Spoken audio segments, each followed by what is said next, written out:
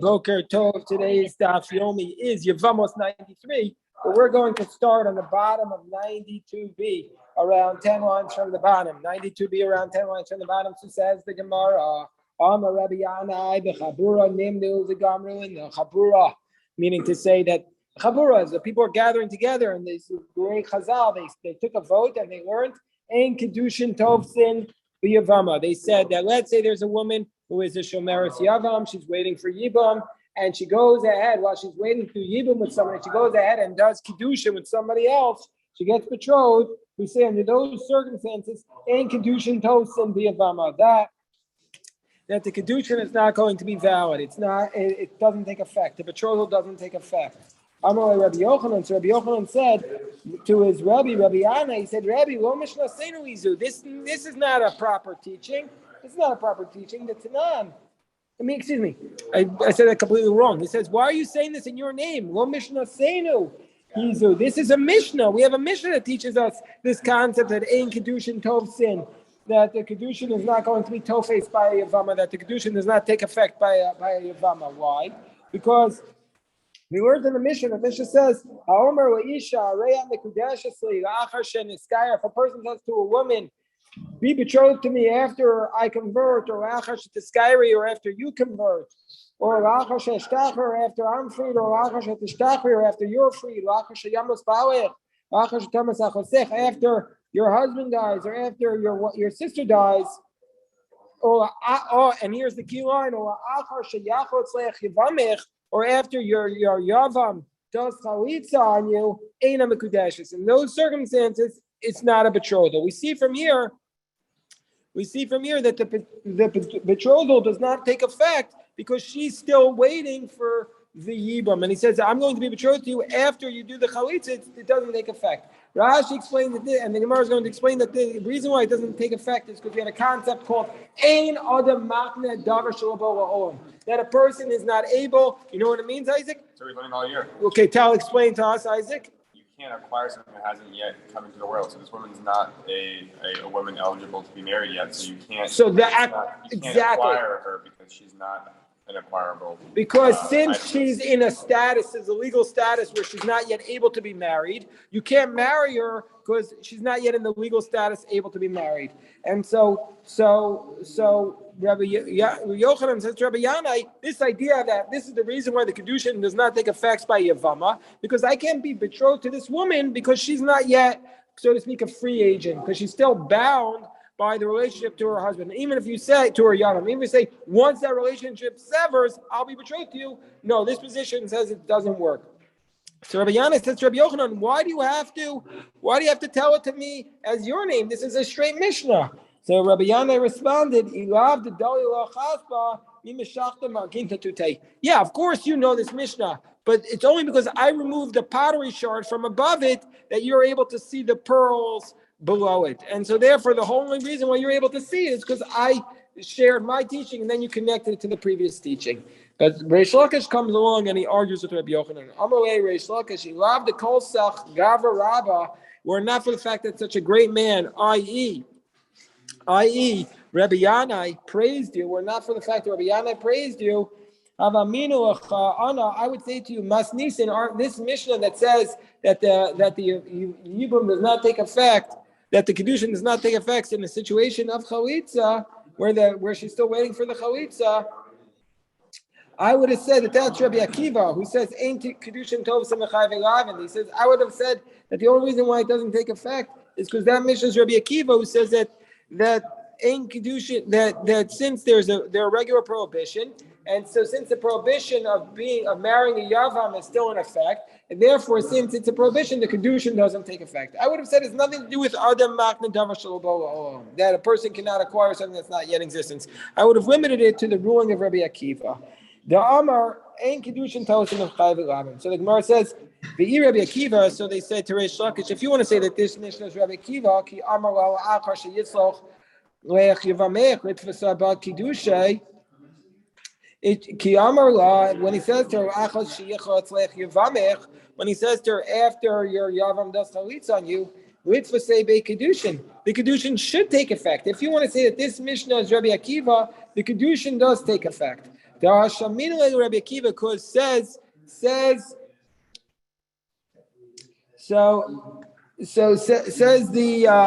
Yochanan to Reish Lakish, and he says because we are, or the Gemara is saying to Gemara is challenging Reish Lakish. The Gemara says because we know that Rabbi Akiva does say Adam Machne Davar Shel Ba'olam. If you want to say that this Mishnah is Rabbi Akiva, then the Kedusha should take effect because we know that Rabbi Akiva actually does say a person can be Machne Davar Shel Ba'olam. That a person can really indeed make basically a legal transaction, even though the product, the concepts in question are not yet in his possession. This is that Rabbi Akiva argues with your approach. Rabbi Akiva says, Adam Machne Davar Shel Ba'olam. How do we know that Rabbi Akiva says you could be Machne Davar Shel Ba'olam, that you could acquire something that's not yet in existence? Because we learn on the top, we learn in the Mishnah, there's a Mishnah from the Dharam. Let me just say as a background to the law, that when a man gets married to the woman, the man has the right to her salary, and in exchange for her salary, he has to support her. The man gets her ma'aseh yadeh, but he has to support her. But why does he get her salary? She's not his slave. She's not his slave. The rabbis instituted that she gets his salary because otherwise there'd be a lot of enmity, that he gets her salary because otherwise there'd be a lot of enmity in the marriage. There'd be jealousy because he says, I'm supporting you. I'm paying out all your money. So is it right that you get to keep your salary? So if I'm supporting you, at least I get your salary. But let's say the woman would make more than the man. It happens in some marriages. Yeah. Let's say the woman is a doctor, the man's a rabbi. So who do you think is going to make more money? So under those circumstances, the man doesn't have the right to her salary because he's not supporting her. So you follow that, Isaac. So now, okay, that's the background. So now that it's just theoretical example. So the man says as follows. Let's say the man says, let's say the woman says, Konem, I take an oath. And what does my oath say? I take this oath, and I say in this oath, Shani Osel Aficha. It says, I take an oath that the woman takes an oath that everything that I make is prohibited for you to have any money on it. It's to value, to benefit. Yes, Isaac. For the thing that if the woman makes more than the man, then the man is going to get her salary. Speak loudly so they can hear you. Let's say regarding the case that a man is not going to keep his wife's salary if she makes more money than him. Yeah. Is it considered a salary, like it's something barzel, or where like if she's making money off like a property every month and but she's giving it to him, is that considered a salary or is that considered So that's something. Isaac is bringing up a different point. Isaac is bringing up the point that a woman when she enters a marriage, she could designate her assets as either son barzel assets or nifsei mulug. If she designates it as what's called nifsei mulug, she retains the ownership of the property, but the husband during the duration of the marriage has the rights to the dividends of the property. But that's a different concept. That's talking about her real estate. Here we're talking about the work she does. She goes out into the market one day and she's a hedge fund trader and she makes a $100 million bonus. Who gets that money? So the husband say, well, I get the money. I'm supporting you. She says, you're giving me $2,500 a month. You're not supporting me. I'm making a $100 million bonus. So anyway, let's go back to the case of our Mishnah. The case of our Mishnah is that she says, now, a husband has the right to annul her vows. So let's say she makes an oath that everything that I take a vow about, that everything that I make, you can't get any benefit from it. Ein tzarich afer. The Mishnah says the husband doesn't need to annul the vow. Why? Because she can't make that vow to begin with, because all of her work is basically meshubah. There's a lien on all her work to him. So she can't say, I prohibit you from using my assets because he owns it, because he's supporting her. However, Rabbi Akiva says, Yafeh. Rabbi Akiva says he has to annul the vow. Why? Shema ta'adif alav yoser min araylo. Maybe she's going to end up making more money than him, and then it's not meshubah to him. So therefore, we see from here, from the fact that Rabbi Akiva says that he can annul the vow because she might make more money in the future. We see from here that Rabbi Akiva says a person can be makne davar shelo ba'olam, that he can annul her future earnings. Gemara says that's not a proof that Rabbi Akiva says adam makne davar shelo ba'olam, because we learned what is that case referring to? Rav Huna b'reidu Rav Yeshua. That case is referring to Omeres yiktashu yadai la'usayim. The Yadayim Isnu Ba'alma. That's referring to a case where she says, whatever my hands touch, whatever my hands make, that is sanctified to Hashem. And so there, the hands are already in existence. So that's why Rabbi Akiva says you can annul that. And now the Gemara is going to prove that there are several different Amoraim who all adopt this position, and other Machna Davar Shalom Ba'olam, that a person can actually acquire something that's not yet in existence. And Gemara says this idea Upwigi, this idea that according to the opinion that says Rabbi Akiva says Einad the Machna Davar Shalom Ba'olam, and this opinion argues with Rav Nachman Bar Yitzchak.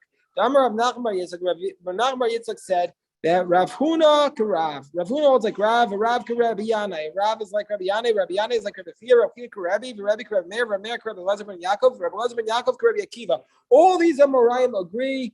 The Amar Adam Machna Davar Shalom Ba'olam. All these Amoraim agree that a person can acquire something even though it's not yet in existence.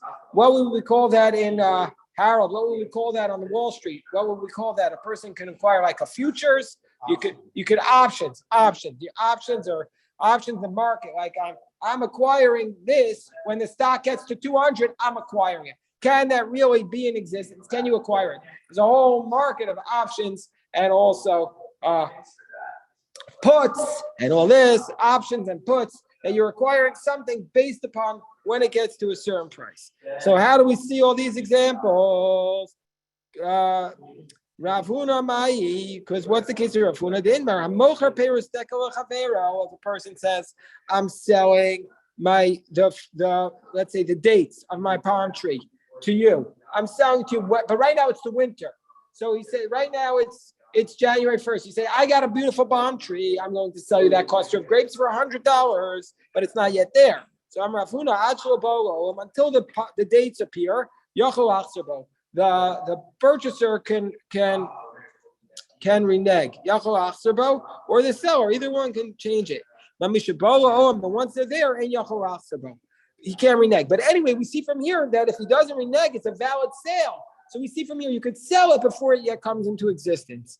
Rabbi Nachman says, Rabbi Nachman says, even once it comes into the world, you can recant it, you can renege on it, because when you did the transaction, it wasn't a valid transaction. What's the concept behind us saying that you can't sell something that's not yet in existence? So there's two main theories. One is you can't sell something that's not yet there, or the other theory is the person doesn't really think he's selling it or buying it because it's not yet there. It's not real. It's not real yet.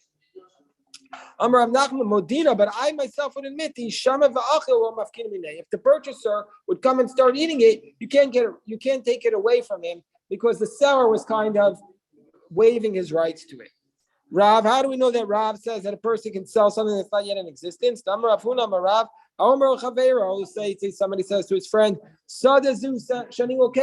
I'm buying this field. I go to Ben's house. I'm buying your house, and then when I buy it, I'm selling it to you later. This happens all the time in real estate. You're saying I'm getting the rights to your contract. I'm going to sell it to you. Then from that moment, you've acquired it from now. So that's a valid sale. So you've acquired it right away. Even though I don't yet own it, I could sell it to you. Rabbi Yanai, Rabbi Chia. How do we know Rabbi Yanai holds like Rabbi Chia? Rabbi Yanai Abelei Arisa. Rabbi Yanai had a sharecropper, and this sharecropper, this sharecropper was bringing along a basket of fruit. This sharecropper used to bring him a basket of fruit every Friday afternoon. Ahu Yoma, that day, Nagale, that Friday, Nagale, he was delayed. Vilawasa, he didn't show up. Rabbi Yanai's sharecropper didn't show up. So what did Rabbi Yanai do? Shakal, Iser mi pirei de beisa. What did he do? He took from his own fruit in his home and he took a tithe on the fruit that he didn't yet own. So in order to be able to eat them on Shabbos, because you can't take a tithe on Shabbos. So even though he didn't yet have the fruit, he took meiser on that fruit. So we see from here a person can acquire something that's not yet in existence. Also came to Rabbi Chia. He came to Rabbi Chia, and what did Rabbi Chia said? Shapi arvadita. Rabbi Chia said, you did a good job. Tanya, it says in the pasuk about taking a truma meiser. It says about taking meiser. It says, "Laman tomaru yiras Hashem alkecha kol yamim." It says you should take the meiser, so you should fear Hashem your God all your days. What does it mean, all your days? It refers to Shabbos and Yom Tov. That's what the Brisa says. So what do you mean it refers to Shabbos and Yom Tov? To what degree is it saying for Shabbos and Yom Tov? If you want to say you could take a tithe on Shabbos and eat it, it's the Chorah of Mishrei Tilto. The Rabbanan, do you need a pasuk to tell us that you're allowed to take a meiser on Yontif? It's only a rabbinic prohibition that you can't take a meiser on Yontif. So the pasuk's not going to tell us that you could do something which is only rabbinically prohibited.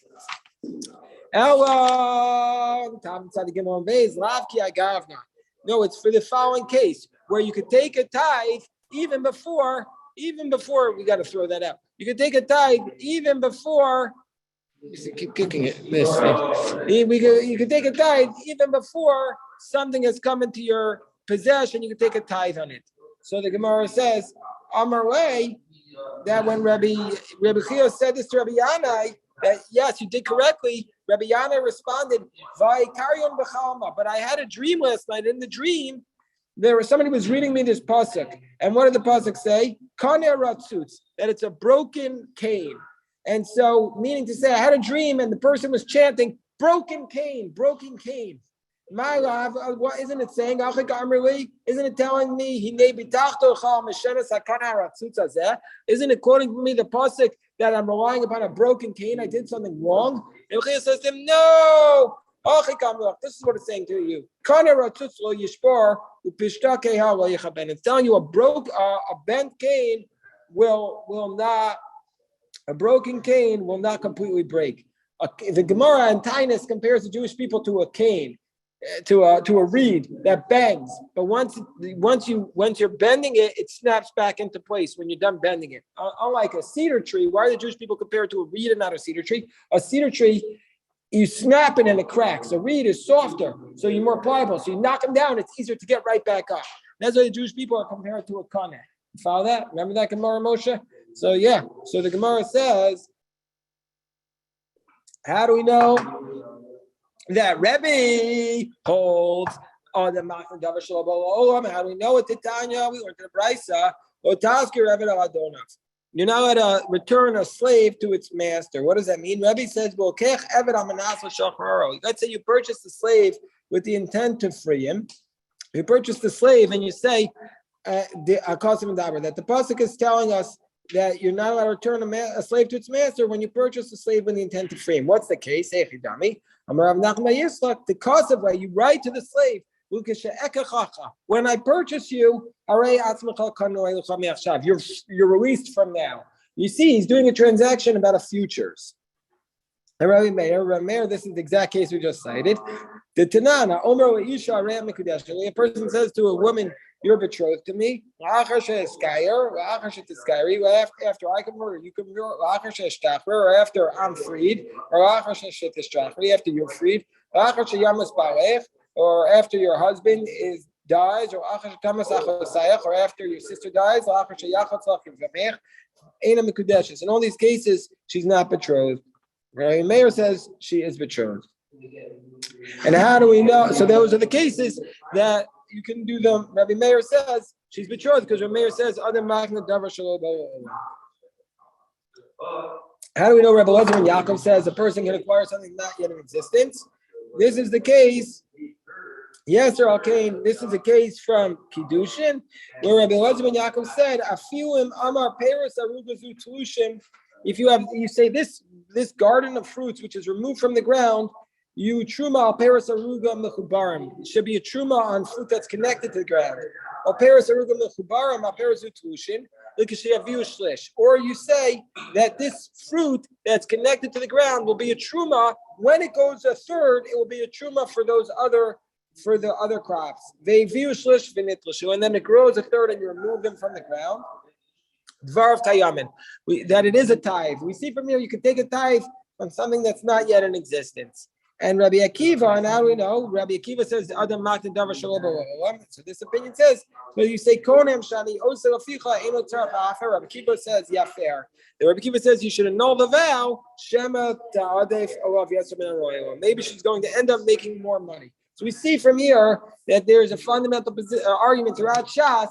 Can you acquire something that's not yet in existence? See, in America, they say, I think Harold could correct me if I'm wrong, he's an economist, I think they allow you to acquire something that's not yet in existence, but that creates huge sorts of problems because then eventually you keep spreading out the chain, and eventually you're you're almost disconnected from the original asset, and that becomes very dangerous. Rabbi?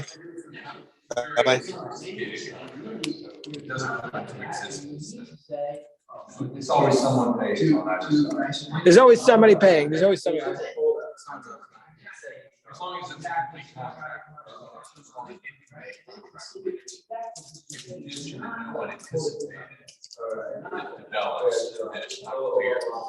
Harold is explaining to us how it is possible.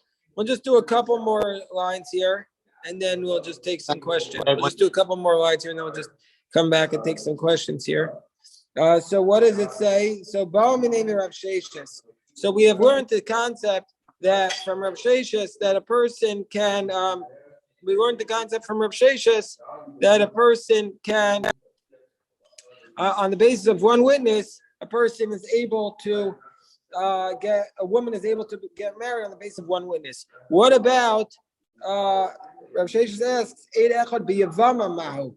Let's say one witness testifies that her husband has died. Can she now do yibum with her brother-in-law? So about that, do we say time at the Eid echad mishum milsa davidu ugliye? What's the reason why we believe one witness? Because it's something that eventually will be revealed, and so therefore lo mashakar. You're not going to lie if you know the facts will come out. Also, she's not going to lie. Odilma taima. Or maybe the reason for the one witness is mishum de'i daika u'mintzibah. Maybe the reason for the one witness is because she really loves her husband, so she's going to look very carefully before she remarries on the basis of one witness. But in this case, even the zin in the rachmalei, since she actually likes her brother-in-law sometimes, therefore lo daika u'mintzibah. She's not going to look so carefully, and she's going to rush for the opportunity to marry her brother-in-law. So, Amru Rav Sheshes, Tinisu, Rav Sheshes says it's a Mishnah. Amru Rav, they said to her, Meis Benech, they said to her, your son died. We learned in our Mishnah, if the witness comes along and says, your son died first and then your husband died, i.e., you fall to Yibam, because when your husband died, he has no children. Vinis Yama, so she did the Yibam.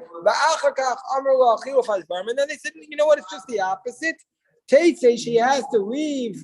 Meaning to say, what does it mean? Just the opposite. Your husband died first, so you weren't supposed to marry the brother-in-law because you had a child when your husband died. So then Tate say she has to leave the yavam.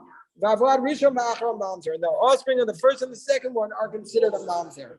So the Gemara says, "Hey, dummy, what's the scenario here? If you want to say it's 2 against 2. That first she remarried, she did the yibum on the basis of 2 witnesses, and then she left the marriage on the basis of 2 witnesses who contradicted the first 2. Why would you rely on the first 2 witnesses? Why would you rely on the last 2 witnesses? Rely on the first 2 witnesses. Why do you say their offspring is a mamzer? Va'od, why would you say it's a mamzer? Safek mamzer. It's an uncertain mamzer. It's a doubt of whether or not it's a mamzer because we have 2 witnesses against 2 witnesses. Document say, well, the Mishnah was just speaking in imprecise language. Can't be. The concluding clause says, and the fact that the concluding clause says that the first one is a mamzer, the second one is not a mamzer, this teaches us, then indeed we would say, we see it speaking specifically. Must be that what's this first scenario? That the first scenario is one person came and said, your son died first and then your husband. And so therefore she married. Then 2 people came and contradicted the first witness. Were not the case, we would believe her, allow her to get married on the basis of 1 witness. So we see from here, according to this point of the Gemara, that on the basis of 1 witness, she can marry her brother-in-law and do yibum with her brother-in-law. Okay, so we'll stop. We'll take any questions about this very interesting Gemara of other